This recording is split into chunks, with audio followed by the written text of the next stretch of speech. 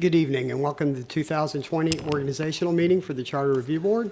I'm Rick Van Arsdal, and as Deputy Clerk to the Board of County Commissioners, I'll be presiding until we elect a chair. At this time, I'll turn it over to Beth Cardenas, Director of Government Relations and Strategic Services. Good evening, everyone. As Rick said, my name is Beth Cardenas. I'm with the Office of Government Relations and Strategic Services. And if we could please start with the pledge.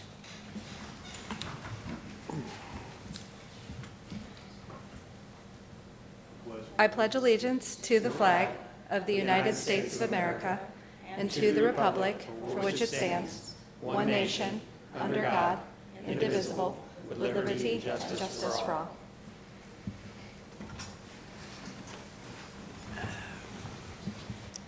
Well, welcome everyone. Just a few opening remarks.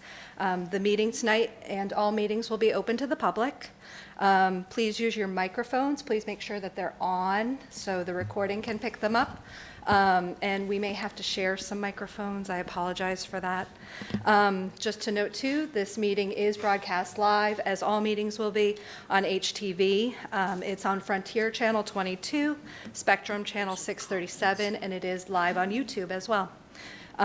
We have 3 participants by phone, but we do have a quorum present. And just one more note, if you need the bathroom, straight out this door, across the hallway and to the left. First thing we're going to do is introduction of all of you. So we'll start with those on the phone. If we can start, I'll call on the phone just for alphabetical purposes. Belinthia Berry, are you on the phone? Present, I'm on the phone. Great. Would you like to introduce yourself and why you're on the CRB and just a little bit about yourself?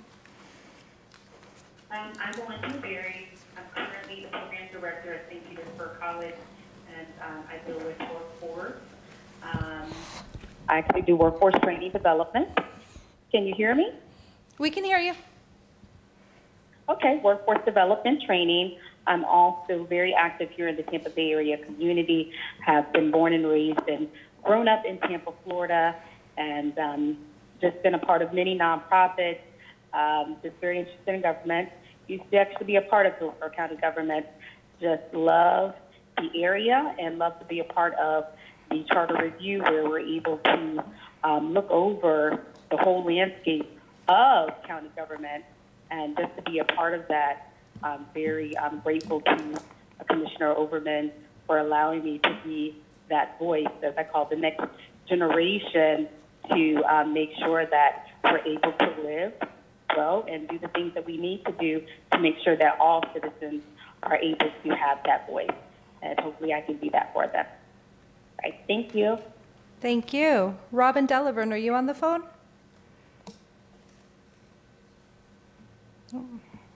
One more time. Robin Delavan, are you on the phone? Okay. Sean Shaw, are you on the phone? Yes, I'm on the phone. I'm at the airport, so I can barely hear. I'm at the bottom, but I'm happy to be on the commission and happy to have an impact on government and look forward to working with everybody. Thanks. Great. Thank you. And Tammy, we'll kick it off with you, and then we'll just go around alphabetically.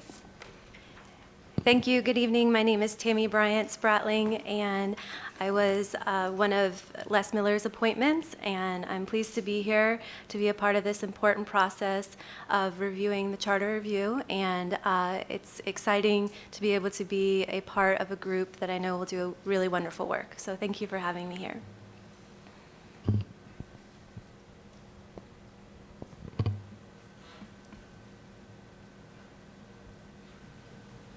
Here we go. Good evening. My name is Mary Figg.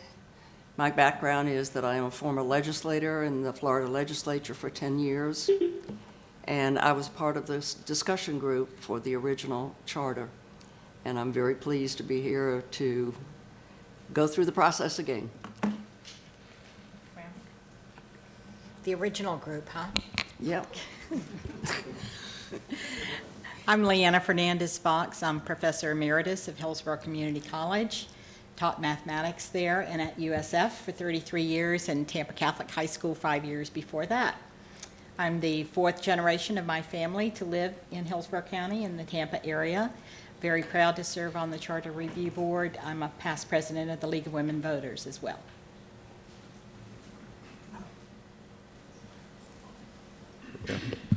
Hi, everybody. I'm Eric Johnson. I'm the Director of Community and Government Relations for Hillsborough Community College. My day job is to be in the community and get to work with lots of community leaders like yourself here in Tampa, in Tallahassee, or in Washington. And so it's a perfect opportunity for me to be able to be on the other side of things, and have an opportunity to, make a positive impact here in Hillsborough County. We want to make sure that my two little girls who better be in bed right now have a great opportunity when they get older as well here in the community. So that's it for me.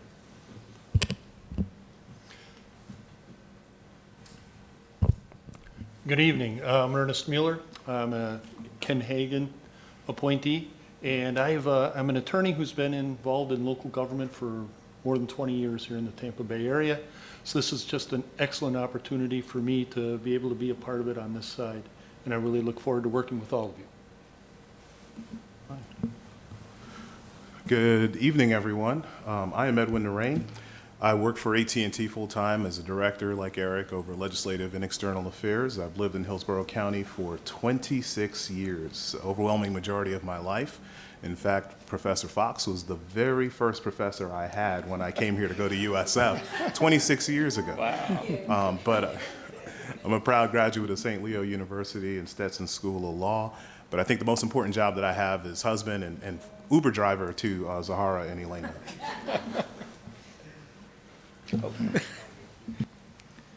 Good evening, everybody. Jamie Scarola, born at Tampa General Hospital, spent my life in Tampa except where I met my wife at Vanderbilt University, where I graduated with an engineering degree, and have practiced design only in Hillsborough County for the last 37 years. I wear both hats, public and private. I'm also a zoning hearing master for Hillsborough County. I've conducted hearings for Hillsborough for close to 30 years now and related to zoning. So I thank Commissioner Merman. I'm looking forward to work with all of you. It's on. Hi there.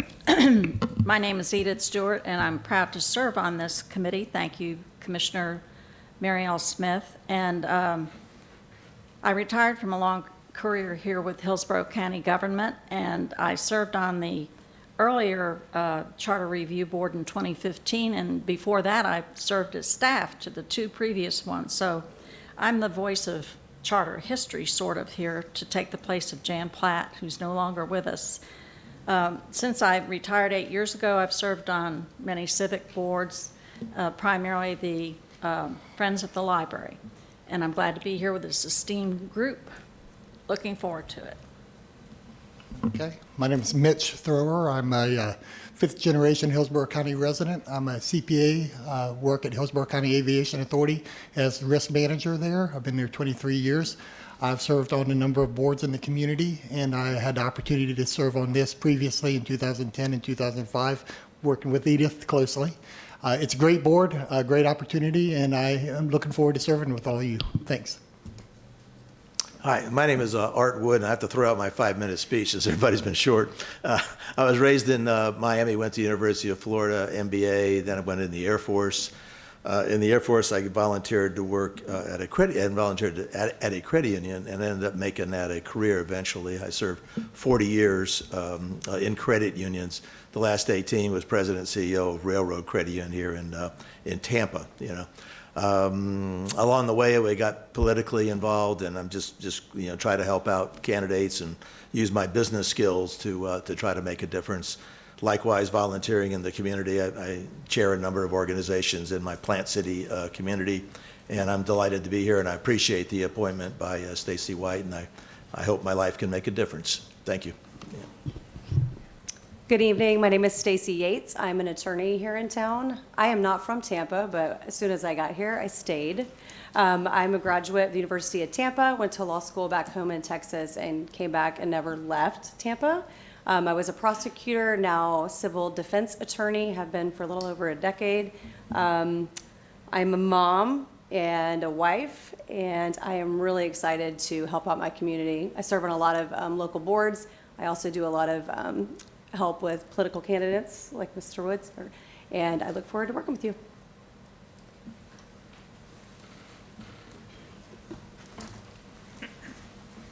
Okay. The next item on the agenda is your oath of office. So if everybody can raise their right hand and repeat after me.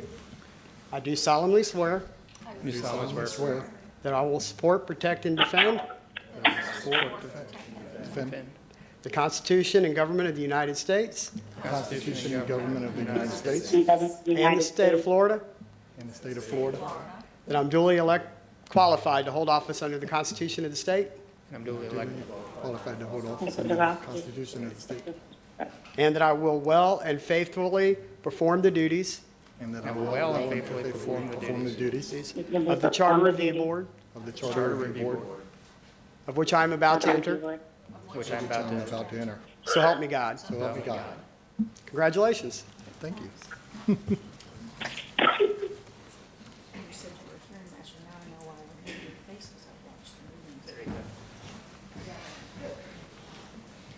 out of context.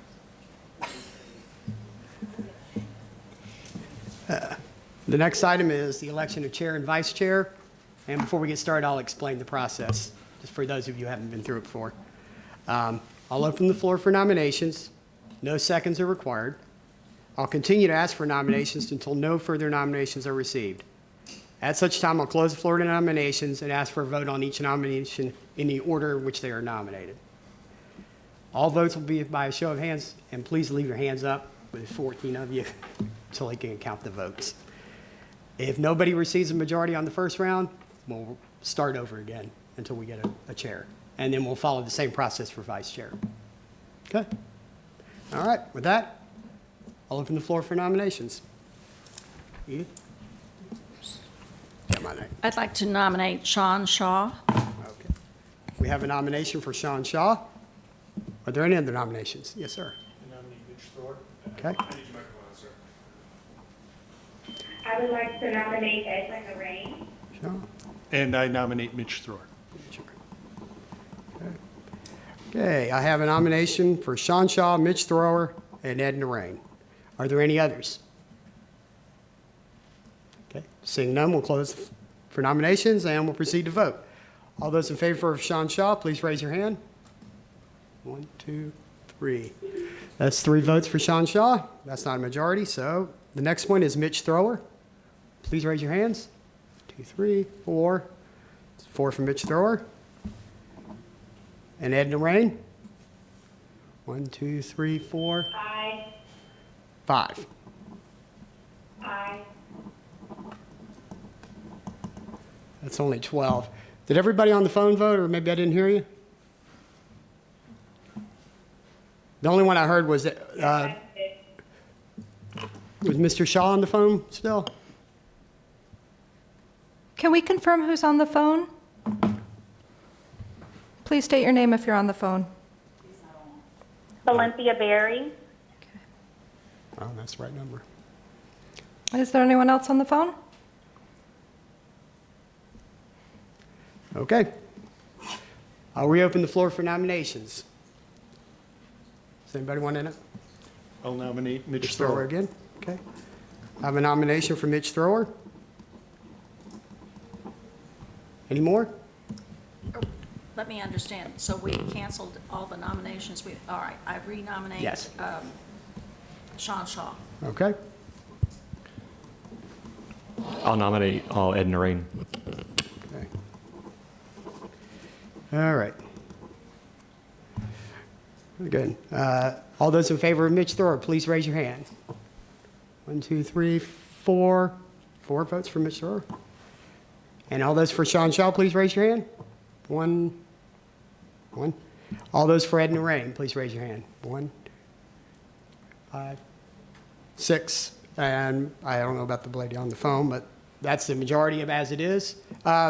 Ms. Berry, who was your vote for? Is this for chair or co-chair? For chair. We had to go Okay. again. Nobody got a majority. Chair. Oh, Ed Narain. So that'd be 7 votes for Mr. Narain. He is your new chair. Oops, and I just took your cheat sheet. All right, I'll open the floor for nominations for vice chair. Anybody like to nominate anybody? Nope. I'll nominate Mitch Thorpe. Mitch Thrower. All right. I have a nomination for Mitch Thrower. Anybody else? Miss I'd like to nominate Robin Delaverne. Robin, okay. And I have a nomination from Robin Delaverne. Are there any others? Okay. All right, close the floor for nominations and proceed to vote. All those for Mitch Thrower, please raise your hand. 1, 2, 3, 4, 5, 6. 6 for Mitch. Valencia, aye. Edith Stewart. I'm sorry. Valencia, could you repeat that, please? My vote's for Edith Stewart. She wasn't nominated. She wasn't? I couldn't hear. Rick, would you be able to restate who was nominated Okay, for it was vice Mitch chair, Thrower please? and Robin Delaverne. I don't know if I pronounced that right. Valencia, if you can hear me for vice chair, it was Mitch Thrower and Robin Delaverne. Okay, Mitch, my vote's for Mitch. So that would give 7 votes to Mitch Thrower, and he will be your vice chair. Thank you. Okay. And Mr. Chair, you can take your seat. That's the chairman's statement. Okay.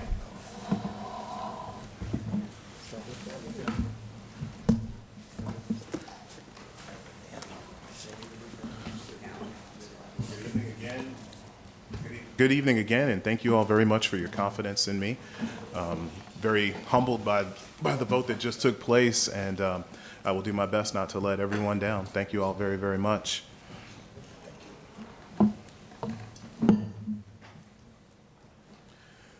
Okay, moving along in our agenda tonight, we are going to have the official minutes of the CRB meetings by Rick, which I guess are the meetings from the last time we got together. No, this is, we are required to have minutes at these meetings, but it's not a requirement that the clerk take them. We've done it every other charter review. We don't charge anybody for it, but we'll be happy to do it, but we have to make sure, and we need a motion to that effect. Just a couple of things I do want to point out, though. We do the summary minutes that are required by law, but we also embed the audio in the minutes. So if you ever want to hear the full text of what anybody said, you can always just click on the bookmarks and you can hear everything that was said. Just wanted to let you know that. And we normally turn it around in 21 days. Just sometimes it's a little faster when it's not busy, but you guys are meeting for a year, so you just should know. Okay. All right. All right. Any questions? Yes. Mr. Chairman, I move that we assign the clerk the duty of doing our official minutes. I'll second. All right, we have a motion and a second. Is there any discussion? Any unreadiness? Are we ready for the question? All in favor by sign of aye? Aye. Oh, we have to show hands. I apologize. By a show of hands. Any opposed? Those on the line?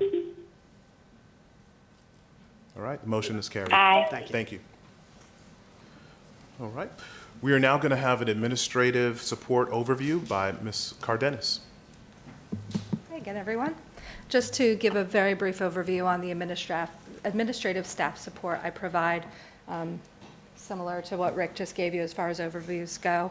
My office, Government Relations and Strategic Services, ultimately we just provide the logistical support for these meetings, preparing the agendas and the meeting packets as you all got by email. As long as everyone would like to continue, I'm happy to send the material out ahead of time by email and the calendar item if you would all like that to continue. Additionally, I maintain the county website for the Charter Review Board, including putting the meeting notices on there, the meeting materials again on there, and everything there. Should the Charter Review Board ever need any specific research, I'm happy to provide that. The County Attorney's Office also provides research, but if you ever want to request specific speakers, happy to provide that as well. Thank you. Are there any questions to Ms. Cardenas? All right, thank you very much. Next on our agenda, we have a support overview from the legal counsel, Ms. Mary Helen Ferris. The floor is yours. Thank you. So actually, thank you. My name is Christine Beck. I'm the county attorney. Mary Helen wasn't able to be with us tonight, but she will be with you at every other meeting after this. She has been with our office for 28 years, and this will be her 6th time serving as legal counsel for the Charter Review Board. And so she truly is expert, truly in the whole state to handle these issues.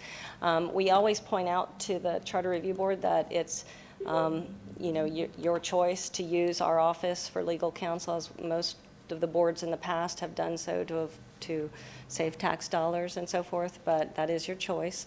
If at any time there would be a discussion that involved our office, and if we were serving as counsel, we would certainly retain pro bono outside counsel, hopefully to address any of those conflicts and continue providing the board with the support.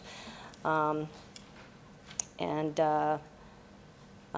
pretty much it. So following this, we have Deborah Cromartie-Mincy with her office, who has also served on many of these as legal counsel to many of the Charter Review Boards, and she's going to walk you through the Sunshine Law and some of the other issues. Thank you. Thank you. Good evening, board members, and welcome to the 2020 Charter Review Board. Some of your faces are familiar, and others I'm sure I'll get to know as we go along. I am not Mary Helen. I am Deborah. Mary Helen, as the county attorney stated, has a long history with Charter Review Board. I have served as her assistant / backup, so I dare not try to fill her shoes this evening. But in her stead, I was asked to do the charter review. So I believe you should have a copy of that in your packet of information that Beth provided for you.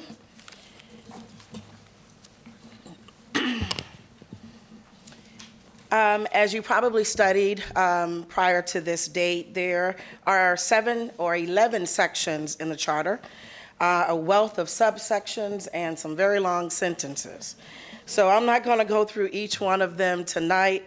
In the essence of time, I'll just hit some of your main points, things that I think you probably should know and understand. Mary Helen Ferris, as the county attorney mentioned, will be back next meeting and in your future meetings.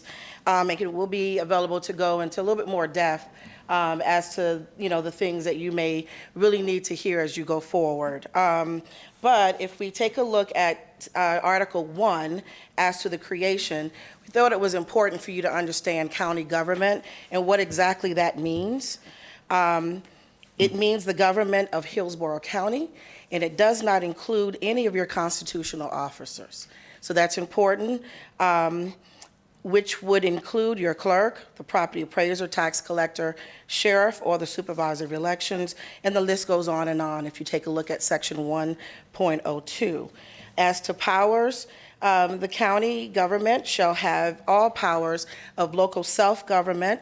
That's not inconsistent with our general law. So there's nothing here that we can do that would contravene our Florida law.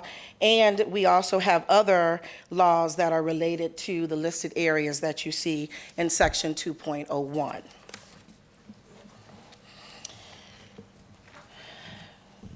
Article 3 talks about separation of powers. As we all learned in our government classes in high school, there's a legislative branch and, of course, executive branch, and the two shall not ever conflict or go against one another. So we have the executive branch, which is our county administrator, and his duties, responsibilities are outlined in Article 5. And, of course, we have the legislative branch, which are a county commission, and their duties are outlined in Article 4. As to our legislative branch, the Board of County Commissioners, there are 7 of them. 4 are from single-member districts, and 3 are from our elected countywide, which encompasses the entire territory of the county. Every elector of the county may vote for a majority of the commissioners. The commissioner representing the elector's district 1, and 3 of the commissioners at large. So there's actually 4 commissioners that every elector must vote on. The terms of county commissioners are staggered. The reason for that is so that all terms do not end at the same time, and we have a completely new board. We want to prevent that. There are also provisions in the charter that provide for recall of elected officials, and it's very synonymous to what's provided in state law. There's a provision for Charter Review Board, you all. It was initially the intent to have the commission serve after 2 years of the implementation of the charter, and then every 5 years thereafter. That's where we are. The Charter Review Board is empowered to conduct a study of county government and propose amendments to the charter. There are 2 ways that those amendments can take place, or actually 3. One would be you all proposing amendments to the charter, and it's laid out in the charter for you. The other would be by citizen initiative, which is simply petition. There are requirements for that. That's also set out in the charter. As well, the BOCC, or the Board of County Commissioners, also has the authority by ordinance to propose amendments to the charter.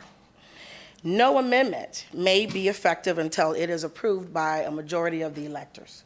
No matter what process takes place in terms of trying to amend this charter, no amendment will become effective unless the majority of the electors vote to have the change to the charter.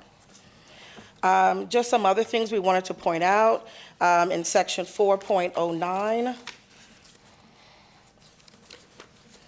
As to conflicts with municipal ordinance, just what relationship do we have to our cities within our boundaries, our county boundaries? Well, if there's a conflict between a county ordinance and a city ordinance, that city ordinance will prevail unless they decide to opt into our ordinance or create their own ordinance. So basically, if they have their own ordinance, then their ordinance will prevail over ours. That's how that works. Section 410 regards our county internal auditor, a fairly new position to the county, probably within the last 10 years or so, Ms. Stewart, that position was formed, and all the duties and makeup of that committee are outlined in Section 410. Section 5, as I spoke about earlier, is your executive branch or your county administrator. All of the duties, qualifications, and responsibilities of that position you'll find there. Section 6 is our county attorney, lays out all of the duties for that position. And the administrative code, many of you probably were asking what exactly is that. It's actually an ordinance that was established to set out the format or structure of county government, or the county administrator's office. That his position or her position, and all of the positions that fall subject to the county administrator. And I think we went over the amendments to the charter under Section 8, and everything else is pretty much general and miscellaneous, and Mary Helen should be able to go over any of those. If you have questions related to any of those provisions, she should be able to go over those.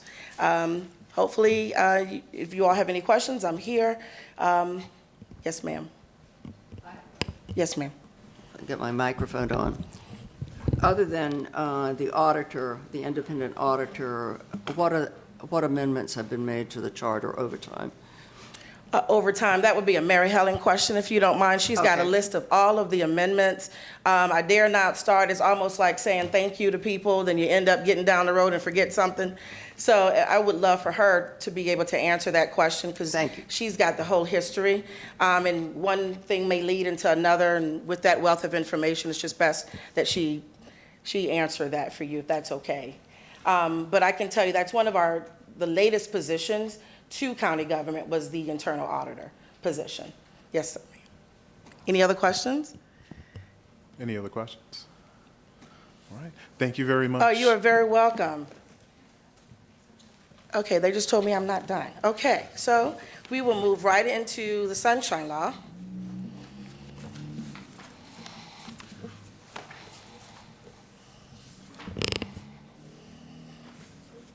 Okay, I think in your binder, in the pocket of your binder should be some PowerPoint slides with notes. I made sure to provide you some note-taking lines, so if you have any notes that you want to jot down while I'm talking, you're free to do that. The Sunshine Law is just what it is. It's the law that shines the sun on everything that government does. It serves as a series of laws that guarantees public has access to all public records and access to all meetings that should be public. It was first enacted in 1995, and it specifically governs the extent to which public meetings are open to the public. It's akin to the Federal Government and the Sunshine Act or the Freedom of Information Act. You may have heard that. And because this is a state law, the government, federal government, is not subject to the Sunshine Law. Just what's the authority of the Sunshine Law? If you look at your second slide, it's Chapter 286 of the Florida statutes. It's also listed in the Florida Constitution, Article 1, Section 24. If you go back to the first slide, what's the Sunshine Law language? Basically, all meetings of any board or commission, of any state agency or authority, or of any agency or authority of any county, municipal corporation, or political subdivision, at which official acts are to be taken, are public meetings that are open to the public at all times, and no formal action shall be binding unless taken or made at such meeting. That's pretty much the premise of the Sunshine Law. In essence, there are 3 requirements for the Sunshine Law. If you look at the slide that talks about the scope of the Sunshine Law, the meetings shall be open to the public. Here, this meeting is subject to the Sunshine Law. It is open to the public. We have it in this room because it will hold and encompass as many people as want it to be here. So it's open to the public. Reasonable notice must be given. Your staff liaison, Ms. Beth, I am sure, sent out a notice for this meeting. I won't look back too long because I don't want her to tell me no, she did not. And then minutes must be taken, and I believe the clerk's office addressed that as well. Okay. Just what is a meeting subject to the Sunshine Law? Any gathering of any 2 or more people of the same body. If you're discussing things that will be foreseeably coming into in for discussion at a Sunshine government body, then that would be considered a meeting. Does it have to have a quorum? No, it can just be 2 people walking to the parking lot on your way after this meeting. Does it have to be something formal like this setting? No. It could be informal, it could be casual, it could just be a gathering. Again, the parking lot scenario. You're walking back to your cars after this and you decide to have a conversation about some matters that will foreseeably come back to this body for discussion. That is a no-no under the Sunshine Law. It's applicable to discussions, it's applicable to deliberations, or any other formal action that might be taken by this body. The Sunshine Law is applicable to public collegial bodies, your USFs, your UCF, your Florida State, your Gators, and I would say my alma mater, but they're not public. So it's applicable to all of your universities and colleges and other state agencies. Elected or appointed boards or commissions like you all. You all have been appointed by the Board of County Commissioners.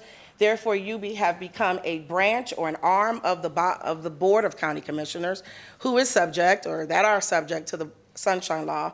So you have become subject to the Sunshine Law. It's also applicable to public officers or staff that act with delegated authority.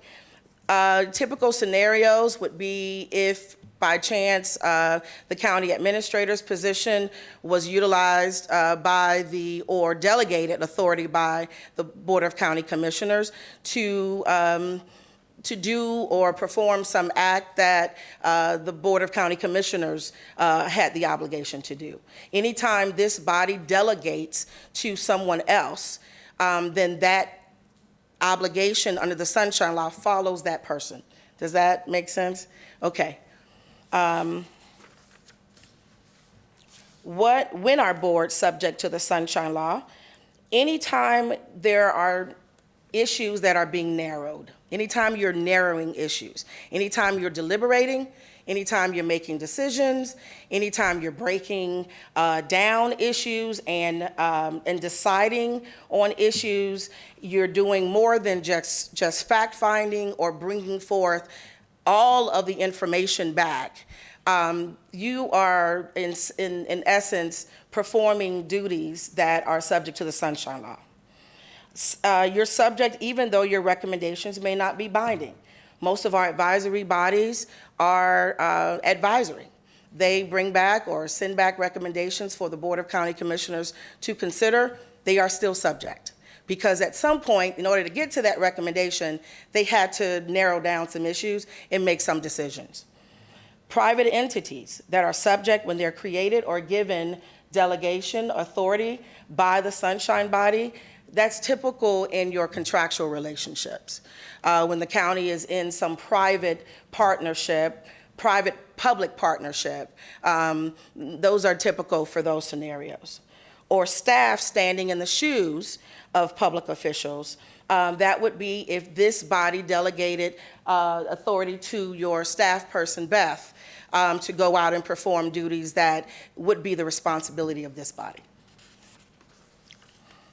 When boards are not subject, again, when you're merely fact-finding, when you're just bringing back information. Typical, it's not for the big bodies like you all that have such an important position and job. It's really for your subcommittees. If you all were to form some subcommittees to go out and do some fact-finding and just bring back all of the wealth of information that's out there, then that body may not be subject to the Sunshine Law. What else is subject? Your phone calls. We recommend not calling one another and talking about issues that will foreseeably come back to this board. Letters that go back and forth. That's why we also recommend that you utilize our staff people, our county attorney's office, other staff people that are here to assist you to keep you all from having those potentially subject discussions with one another. And there are some other examples here. Meetings that are not exempt. Investigations, meetings to discipline staff, real estate negotiations. Just kind of wanted to give you a flavor of some of the meetings that are not exempt. When does your Sunshine Law begin to apply? That seems to be a point of confusion for a lot of board members, but guess what? It applies as soon as you become appointed, not when you do your oath. As soon as you become appointed, it applied. Or elected for the elected positions. How about members of different boards? Again, it only applies to 2 members of the same body. If you all, one of you, were to go to a meeting with a meeting that involved members of a different board, and you were having discussions about matters that will come back to this board, then you will not be subject to the Sunshine Law, because the 2 people have to be members of the same board. I'm going to give you guys a test after this, so I'm going to make sure you're paying attention. But if both members of another board, then they have a sunshine obligation for those sorts of issues. Okay. If in that same scenario, you've got people of different boards, but they are also members of a third board together, then they become, if that third board is a Sunshine Law board, then they have obligations to the Sunshine Law for that particular board. Does that make sense? Okay, awesome. How about ex officio members, those people who were not necessarily appointed or elected, but by virtue of their position, their skill, their abilities, they are sitting on the board with you all? Well, they're in the same position. They are also subject to the Sunshine Law. How about social events? We've got Valentine's Day coming up. You're going to probably be here during Thanksgiving and maybe for the Christmas holidays. So what about going to dinner, having parties? Can you talk about events, sitting at one of those events? No, you can't talk about anything that will come back to this body. Doesn't matter the location, doesn't matter if you're relaxed in, conference room and Outback, you're still going to be subject to the Sunshine Law. What about bus trips, tours? You want to go out into the community and look at a few things, you're still subject to the Sunshine Law. Notice, that's the second component of the Sunshine Law, that reasonable notice must be given. That just simply means it has to be reasonable. And I believe we generally give, if I'm not mistaken, the dates are already out there for the entire year, so that's as reasonable as we can get.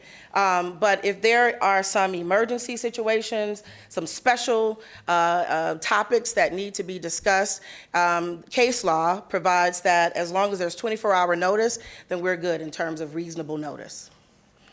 But that's not something for you all to have to really, really deal with. Your excellent staff person, Beth, will provide that notice, and if she has any questions, she knows to come to our office if she has questions. Does the Sunshine Law require that an agenda be written? Well, no.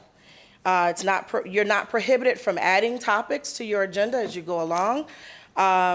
You're not bound by your agenda. You're not required to consider only the items that you have on the agenda. It's really up to you all, particularly the chair and vice chair, to dictate the flow of your agenda and to establish your procedures going forward. I believe that's the end of my presentation, and if you all have any questions, I am happy to respond. Thank you. Floor is open if anyone has any questions, but an extremely thorough job. Thank you. I do have a question. You recognize. What is the importance of public comment at these meetings? Do we need to have public comment if we're going to take any official action? Yes, it would be wonderful to have public comment. I believe the Board of County Commissioners has public comment at the beginning of their meetings for 3 minutes each. And the importance is to make sure that we allow the public the opportunity to speak about some of the issues that are on the agenda. It may be good for you all to also hear what they're thinking as well, so that you can take those things in consideration. Yeah, Mr. Thrower, you're recognized. make sure I'm on. Yeah, just going along with the public comment, I do think our experience in 2010, we had, if my recollection is correct, we actually had it at the beginning. Yes. We ran into a situation where a number of folks were arriving late, Yes. so we decided to have it at the beginning, and then we had a short period, or a Yes. period at the end, because obviously we wanted to encourage public participation in as much response as possible. So that's a suggestion Yes. I would throw out there to consider. We may want to consider, because obviously a lot of folks might not be able to get here at the very beginning of our meeting. So we may want to consider it maybe a time at the beginning and a time at the end for those. It's totally within your discretion. And one thought I would add to that is those people who speak once at the meeting, we would probably not allow them to speak at the end. It'd be for new folks who have arrived and would like to speak. And simultaneous with that, I've always been a proponent of setting up a time slot for people to speak, whatever that is, whatever this board agrees to. And if we all elect to let it go further, then that's fine, but it's always nice to have the limitation up front. And to add to that, I do agree, especially at the beginning of the meeting, whether it's 30 minutes or 45 minutes, whatever you want to have, because that way you know you got a meeting that you got to get to and you got folks that are waiting for agenda items. So at the back end, you can have additional time, but that's just a suggestion too. But great point. It's definitely an excellent recommendation in my view. I don't know that it's something we need to take to a vote because it's just a recommendation. So we'll ask staff if you can build that into the agenda for us, both in the beginning and at the end of the meeting for public comment. History has had 3 minutes allotted to each speaker, and I see the little buzzer up here. So, but any other questions for Attorney Deborah? Did you give us your last name, or did I miss it? Cromartie Mincy. All right. That's probably why I didn't give it to you. Gotcha. Can I make one Yes, additional please, comment? Mr. I thought it was a great presentation. I do public records Thanks, Nick. training and sunshine law training at the airport. And Yes. I've done it a number of other things. One thing I would warn board members is with social media accounts, Facebook accounts, if you are friends with other folks who are on the board, be Yes. careful what you talk about, because that would be a violation of the sunshine law too. So, Absolutely. and that, Any you know, if it's an communication. item, so, and that's something I've had to warn folks, and people sometimes forget about that when they're on Facebook or LinkedIn, whatever. If something comes up, they may make a comment about it. It's just something to be cautious about. Yes. So. Excellent. Thank you Thank so you. much. All right. Next on our item, we have the rules of order and review adoption of the rules for the Charter Review Board. If I may just mention on public comment as well, on the charter review section of the county website, we do have a public comment form that individuals can go on, fill out the public comment form on the website. It'll come to me through an email, and then I can give it to you at the beginning of the meeting to be read into the record. So onward to the rules of order, review, and adoption. Ultimately, your bylaws as an organization. If you go to, I believe it's the last tab in your binder, is the rules of order. This is, it's in draft form, but it is the exact same rules of order as the 2015 board used. So with that, if the board would like to take action or make Mr. any Chair. recommendations for change. Mr. Johnson, you're recognized. I make a motion to adopt the rules as we have back here. There's a motion. Is there a second? On readiness? I have a comment. Mr. Vice Chair, please. I have a comment. I was just going through the rules of order, or the rules of order, and one of the things I noticed that in some cases where it refers to the board members present, there's some situations where it says majority of the board members present at said meeting, and there's other situations, and examples are majority of the board, let's see, I apologize, majority of the board in section 7, 8, 10, and 11, and 12, or rules 7, 8, 10, 11, and 12, it says majority of the board. In 4, 20, and 21, it says members of the board present at that meeting. I think that's a good distinction, because I think it might be vague as to what is implied or what is meant in those situations. So I don't know if we'd want to go through each one individually and kind of look at it the way it's worded and maybe see if we want to clarify that. So. Would you like to withdraw I will the motion withdraw for the now? motion then, and Okay.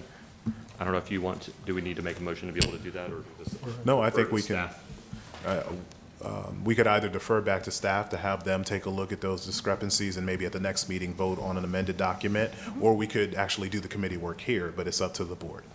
I'd like for staff to, Yeah. I'd be in favor of staff looking at that, bringing it back to the board. Okay, I'll accept that as a motion. Is there a second? Second. Okay, we have a second by Mr. Johnson. All in favor of taking this and allowing staff to amend the rules for us to vote at the next meeting by sign of hands, by sign of aye? Any opposed? All right, thank you. I have By another question. phone, is anyone on the phone?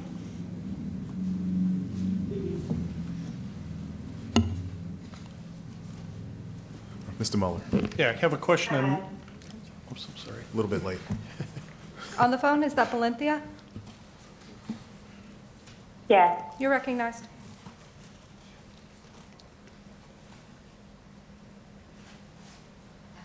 Ms. Berry, were you casting a vote, or did you have a question? No, no question. I was in agreement, so I. Okay, thank you.